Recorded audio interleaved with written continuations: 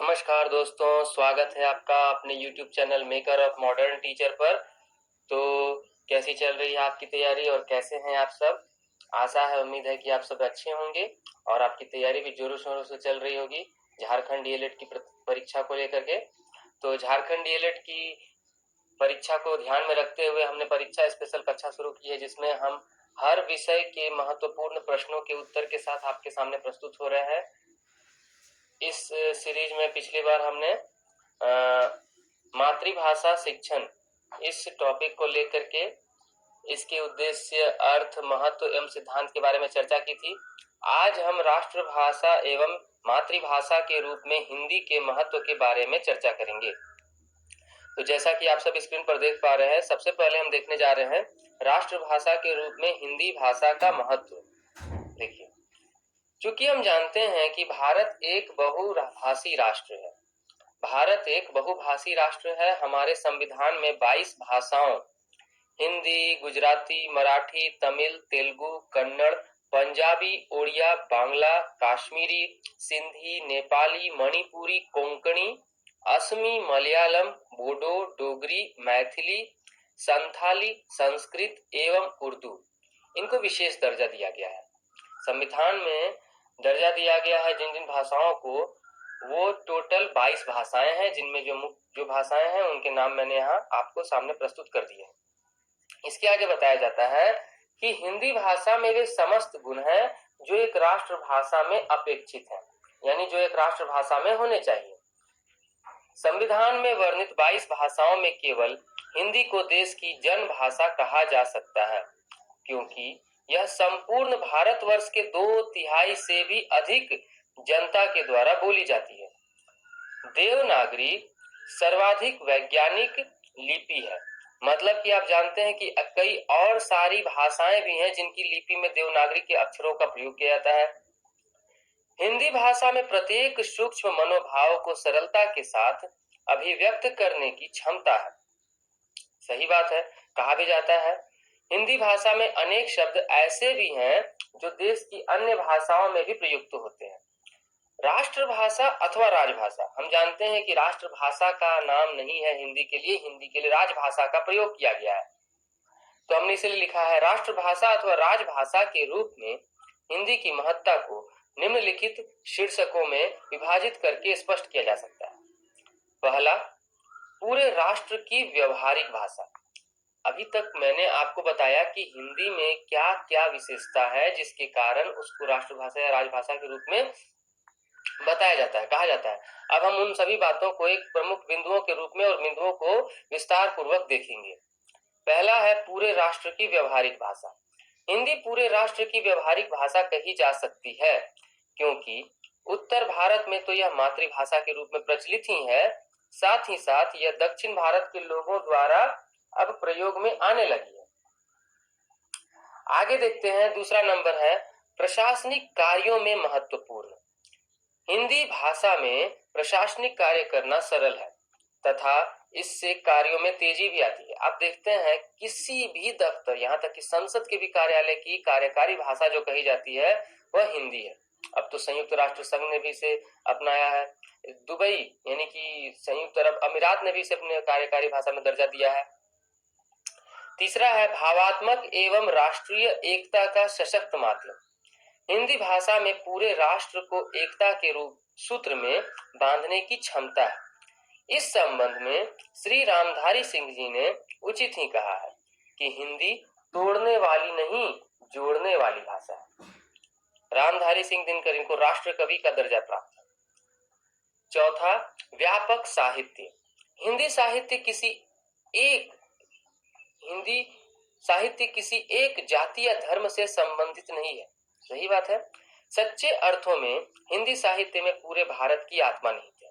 हिंदी साहित्य संपूर्ण भारत की संस्कृति का प्रतिनिधित्व करती है। अतः राष्ट्रभाषा के रूप में हिंदी का महत्व सर्वाधिक है। व्यावसायिक दृष्टि से महत्व। यदि हिंदी को भारत की राष्ट्रभाषा के रूप में प्रचारित व प्रसारित किया जाए तब निश्चित रूप से देश को एक नई शक्ति व साधन प्राप्त होगी। तो देखिए ये हमने देखा कि राष्ट्रभाषा के रूप में हिंदी का क्या महत्व है।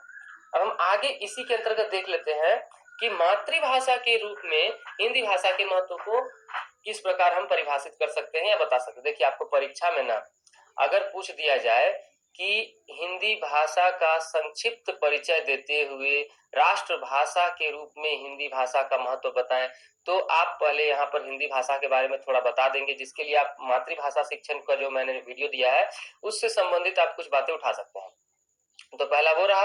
और दूसरा कि अगर हिंदी भाषा या मातृभाषा की विशेषता बताते हुए मातृभाषा के रूप में हिंदी भाषा का महत्व बताएं, तो उसमें भी आप दे सकते हैं। यहाँ 2 से 3 क्वेश्चन तैयार हो रहे हैं।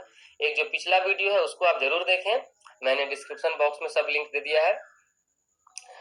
मातृभाषा के रूप में हिंदी भाषा के महत्व को देखते हैं। जैसे एक शिशु का सर्वाधिक शारीरिक विकास माता के दूध से ही संभव है, वैसे ही इसका बौद्धिक विकास मातृभाषा से ही संभव है।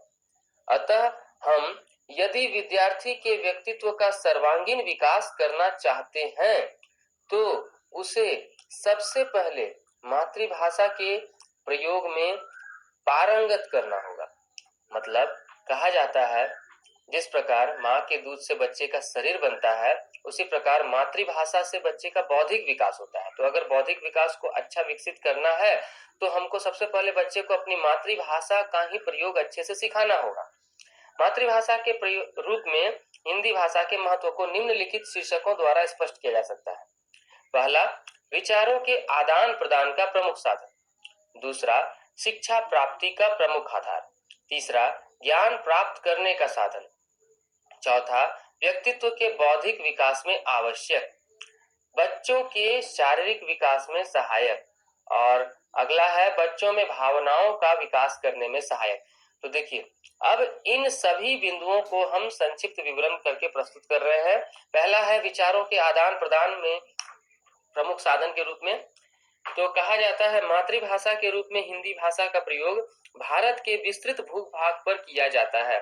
करोड़ों हिंदी भाषी भारतीय जितनी सहजता और स्वाभाविकता के साथ हिंदी मातृभाषा में अपने विचारों का आदान प्रदान कर सकते हैं, उतना किसी अन्य भाषा के द्वारा नहीं कर सकते हैं। तो इसीलिए हम इसे विचारों के आदान प्रदान का प्रमुख साधन कहते हैं। दूसरा, शिक्षा प्राप्ति का प्रमुख आधार। यह एक मनोवैज्ञानिक सत्य है कि यदि बच्चे को उसकी मातृभाषा के माध्यम से शिक्षा दी जाए तो वह बड़ी सहजता के साथ विषयों का ज्ञान प्राप्त कर लेता है। यही बात हिंदी मातृभाषा पर भी लागू होती है। तीसरा, ज्ञान प्राप्त करने का साधन।